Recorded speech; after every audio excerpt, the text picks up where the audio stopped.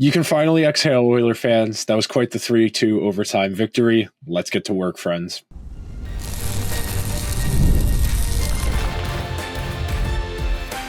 You are Locked On Oilers, your daily podcast on the Edmonton Oilers, part of the Locked On Podcast Network, your team every day. Hello, everyone, and welcome to this Victory Friday edition of Locked On Oilers. I am your host, Nick Zararis. I want to thank everyone that's making Locked On Oilers their first listen of the day. Locked On Oilers, a part of the Locked On Podcast Network, your team every day. And today's show is brought to you by our friends over at FanDuel, where right now, new FanDuel customers can get $150 in bonus bets if your first $5 bet wins. So we're going to start today's show with a very straightforward exhale. That was a very tight game. It wasn't the prettiest, but they don't ask you how. They ask you how many. We'll start there. We'll move along. We'll hit on the Jake Walman trade, and then we're going to tie a bow on this episode going into Deadline Friday. So, over the last month, it has not been easy for the Edmonton Oilers. I have reiterated over and over again that when your team is in one of these prolonged funks, it feels like everything that's bad about your team is especially pronounced. It feels like when your goalie can't make a save, every easy shot goes in. When you can't get any secondary scoring, it feels like you miss wide open nets. When your star players are overworked and overtired, it feels like even they're the ones who are missing wide open nets. I know Connor's probably punching himself about the wide open net he missed earlier in this game. And Montreal's not a great team. Montreal has hung around amicably. They're not bad. You know, I wouldn't say the Canadiens are, and I wouldn't say they're one of the worst teams in the NHL. I know that's not a very high bar, but they're 2 points, 1 point out of a wild card spot with a game in hand on the team in the last wild card spot. So Montreal's an average team. They've got some nice, flashy pieces. You know, I love Lane Hutson. I love watching him play. His defense is an adventure, but he's one of the most gifted handlers of the puck. I've always liked Nick Suzuki. Cole Caulfield has really kind of come into his own as a bona fide goal scorer. Slafkovsky is enticing, even though his tools aren't exactly translating maybe as well as I thought they would have. But that's a team with enough talent where if you sleepwalk or if you give them opportunities, they're going to convert them. You know, that the play Lane Hutson makes to set up Yoel Armia on the second Montreal goal, that's a wicked pass to get that puck to the middle, and Armia puts that puck through the back of the net. And, you know, you can argue as to whether or not you would like Skinner to have a slightly better starting position for that shot to be in a position to make the save. But by and large, that's not a shot a lot of goalies are stopping because it comes in so hot. I was very worried when Cole Caulfield tied this game at 1 because the Oilers scored first.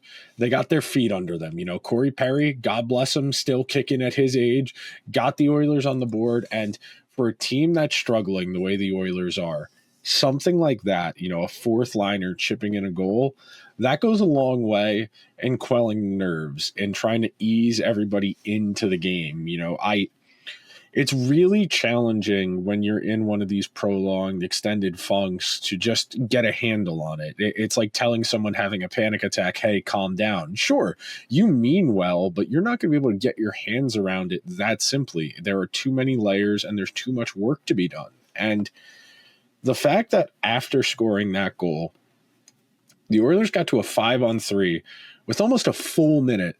And not only did they not score, they almost immediately allowed Montreal to come back down as that 5-on-3 was expiring and come down and score a goal. And right then and there, all the early momentum you had in this game, getting your feet under you, having a lead in front of your home fans, you know, everything you kind of needed environmentally to ease in a struggling team, it evaporates because you're back to 1-1 and you just lost all the momentum because you felt, hey, we scored, we got a 5-on-3. We get this to 2-0 in the first period.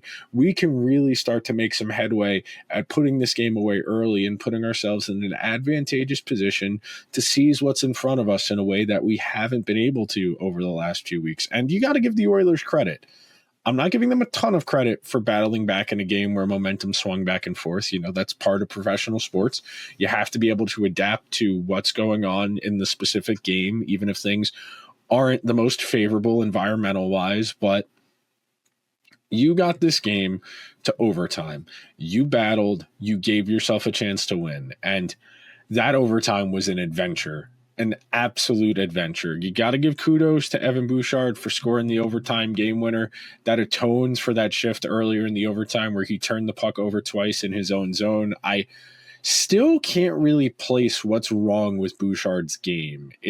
Some of it is just confidence that his timing is off, and I think those are inherently interconnected.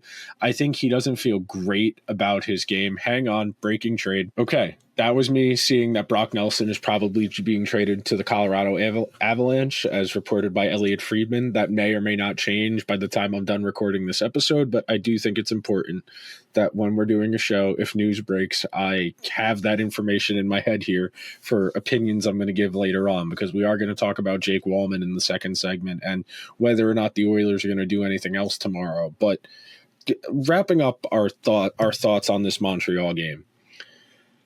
Obviously, it's only one game. There's no way to know if this is turning the tide, if this is the start of the Oilers beginning to play better hockey. I felt for large stretches of this game, the Oilers either had great zone time, they had lots of pressure, and Montreal's not a good defensive team. They've spent a ton of assets in terms of draft capital on prospect defensemen, and I love Lane Hutson's game, but his defense leaves a lot to be desired. I think with time that'll come, but for now, he wasn't very impressive in his own end. And Montreal at large, they're not a particularly big or physical team. Jack Eye gives you a little bit of that, but other than that, I'm not particularly concerned about the way that game shook out for the Oilers in that respect, as far as matching the energy, but I really am happy they won this game. When you are on a team and it feels like you can't catch a break ever, sometimes it really is just as simple as getting one you maybe didn't deserve. And look, I felt the Oilers played well enough tonight that they won. They earned the chance at a coin flip in overtime. I feel reasonably confident in saying, even for all of the missed nets, for the 2 goals they conceded, I felt reasonably okay in saying the Oilers deserve to get to overtime in this game. And when you have the star power they do in Connor and Leon and Bouchard, you are going to win a lot of the time in overtime. I think they're 10-3 now after tonight when in games that go to overtime. So it really puts a lot into perspective, and I think it speaks a lot to what the Oilers can be when they're in these tight games where the game is really back and forth, or it's down to a coin flip, 50-50, Connor, Leon, and Evan Bouchard are capable of winning that coin flip by themselves. And obviously in the playoffs, overtime rules are different. It's not as star-laden. You got to roll your bench a little more evenly. You're not going to run your bench evenly as you would in regulation, but it's part of the stakes. It's part of what makes hockey, that when this game was up in the balance, the Canadiens sent their big boys out there. They sent Suzuki and Caulfield out there, and they tried, and they put a lot of heat on Evan Bouchard, and the Oilers withstood that. Stu made 2 nice saves in the OT. Montreal did miss a decent look there, but you won the game. Now you take that, you internalize your deep breaths, you try and compose yourself, and you get ready for the weekend. There's still plenty of hockey left to be played, and this game may be the start of something. It might not be. The Oilers might lose their next game. They might win their next game, and you can't authoritatively get a feel for what this means going forward until we've played a few more games, because then we can say, oh, I identified this trend of they're conceding fewer scoring chances, or they're generating more scoring chances, or their special teams have been better. So there's still work to be done. We're going to take our first break on today's show. When we come back, I'm going to give you the Jake Walman crash course and a whole lot more. So be sure to stick around to this edition of Locked On Oilers, where we've got your team covered every day. When the game tips off, the NBA action is just getting started, and there's no better place to get in on the fun than FanDuel, America's #1 sportsbook. With FanDuel, you can place live bets throughout the game, so even if you miss the opening tip or want to bet on a big fourth quarter comeback, you can stay in on the action. Or if you're looking for a bigger payout, you can even combine your live bets into a same game parlay. I love using FanDuel's live betting feature whenever I'm watching a game with my friends, trying to manifest a big comeback or picking a random player who seems to have the vibes for it.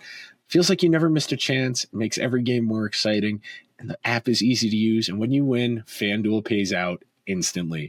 Right now, new FanDuel customers can get $150 in bonus bets if your first $5 bet wins. Just visit FanDuel.com to join today.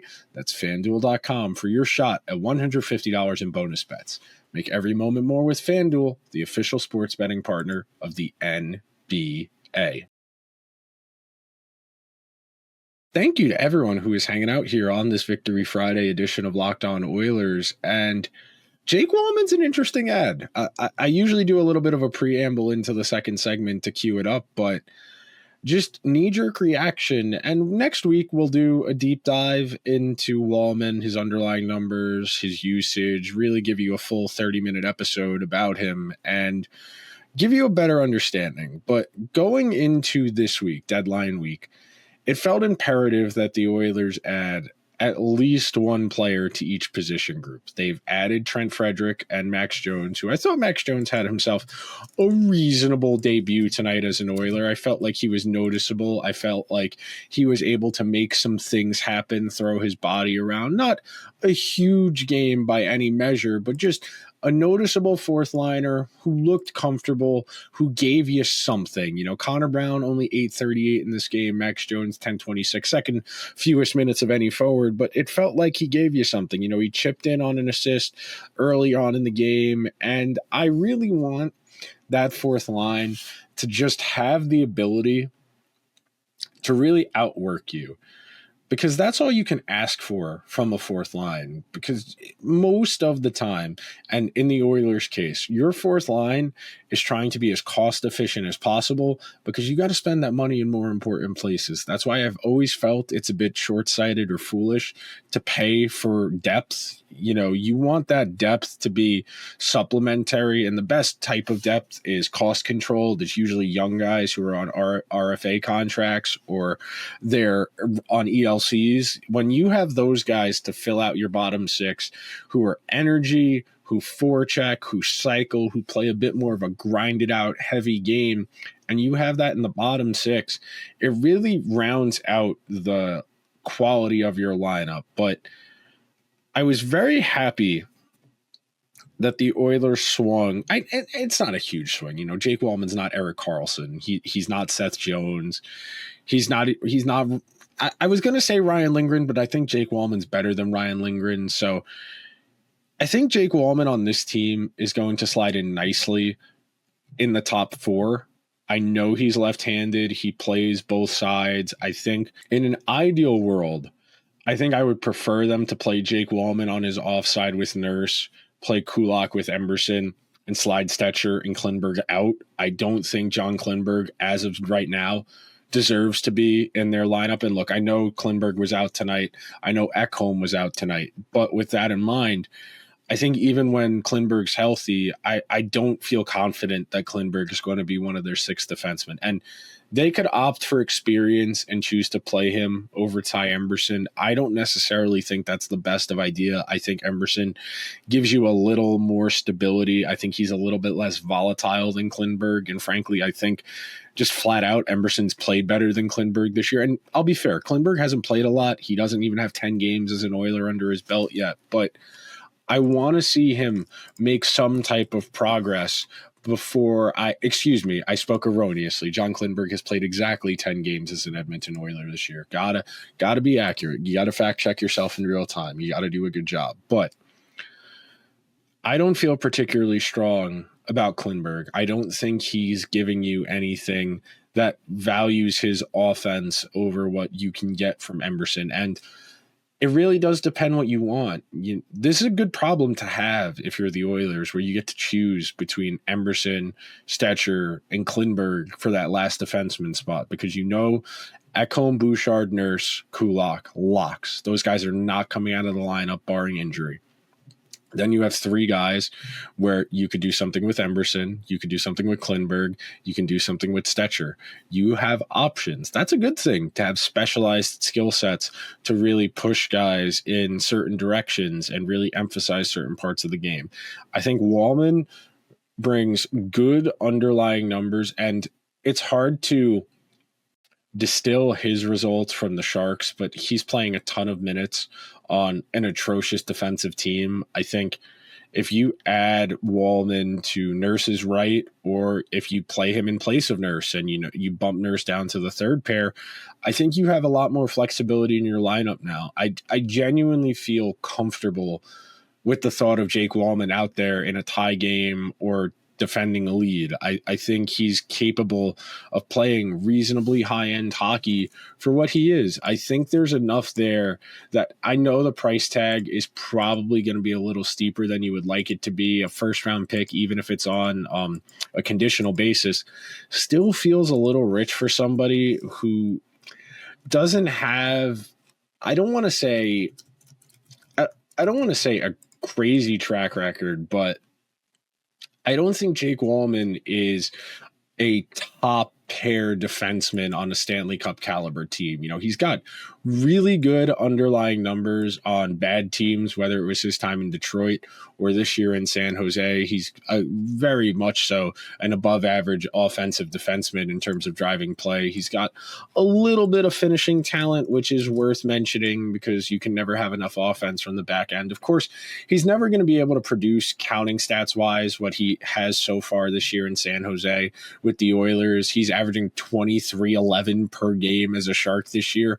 That number is going to be way closer to 18 minutes per game, and there's nothing wrong with that, adding a specialized guy. And 32 points is a career high for Walman already, and we've only played 50 games this year. That's already 11 more than he had last year, which was his previous career high, and he was playing 1946 a game on the Red Wings before getting traded to San Jose in the summer.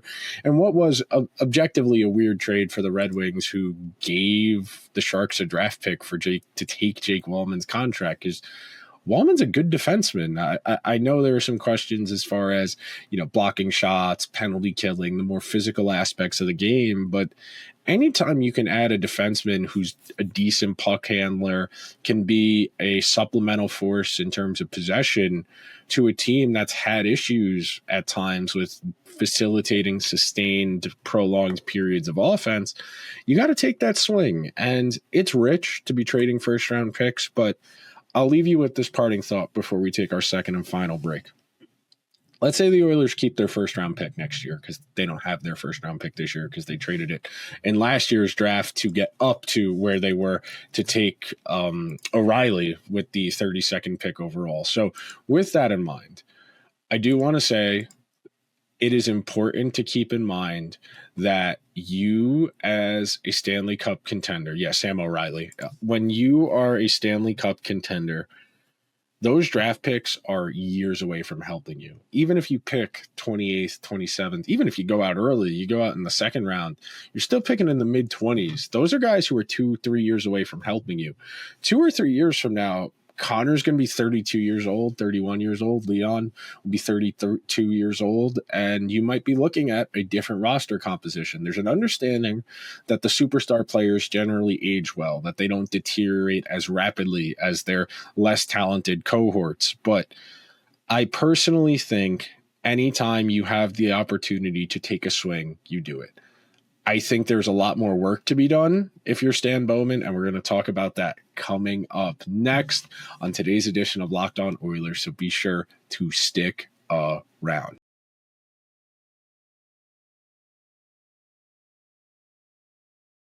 Thank you to everyone who is hanging out on this Victory Friday edition of Locked On Oilers as we make our way through the most hectic week of the year.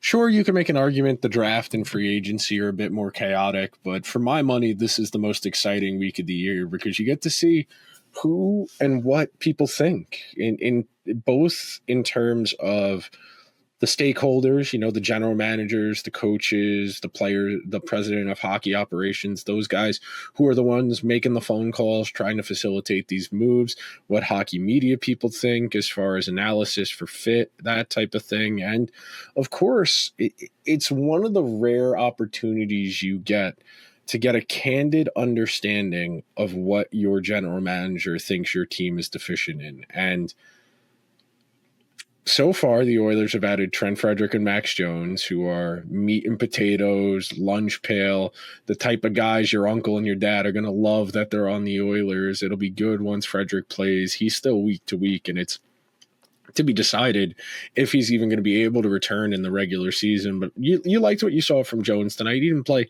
a crazy game, but he got an assist. And when you are desperate to score the way the Oilers have been as of late, a new guy coming in the lineup and immediately giving you an assist, that's something you feel good about. And right now, it's a matter of stabilizing. And part of that process, and that's a game-to-game thing. You are building it out literally one shift at a time when you are in one of these extended funks or lulls. You are playing it one shift at a time and trying to find ways to contribute to make things better.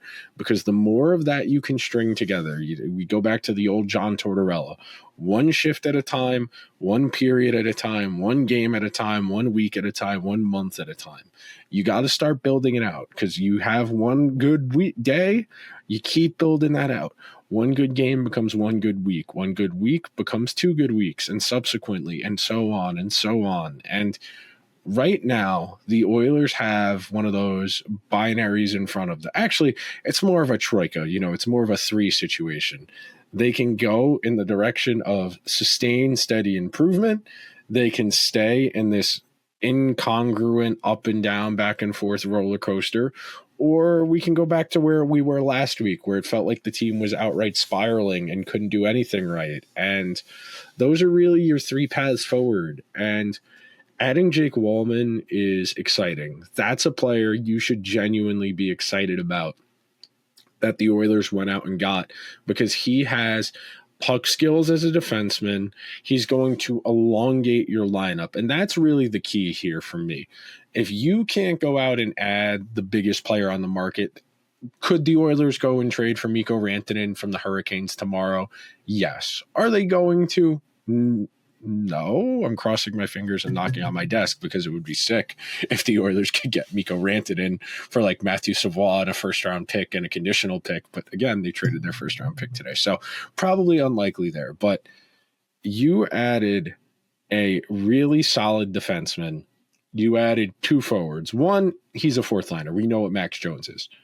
Trent Frederick can probably play on your second line with Leon, but you're probably going to play him on your third line.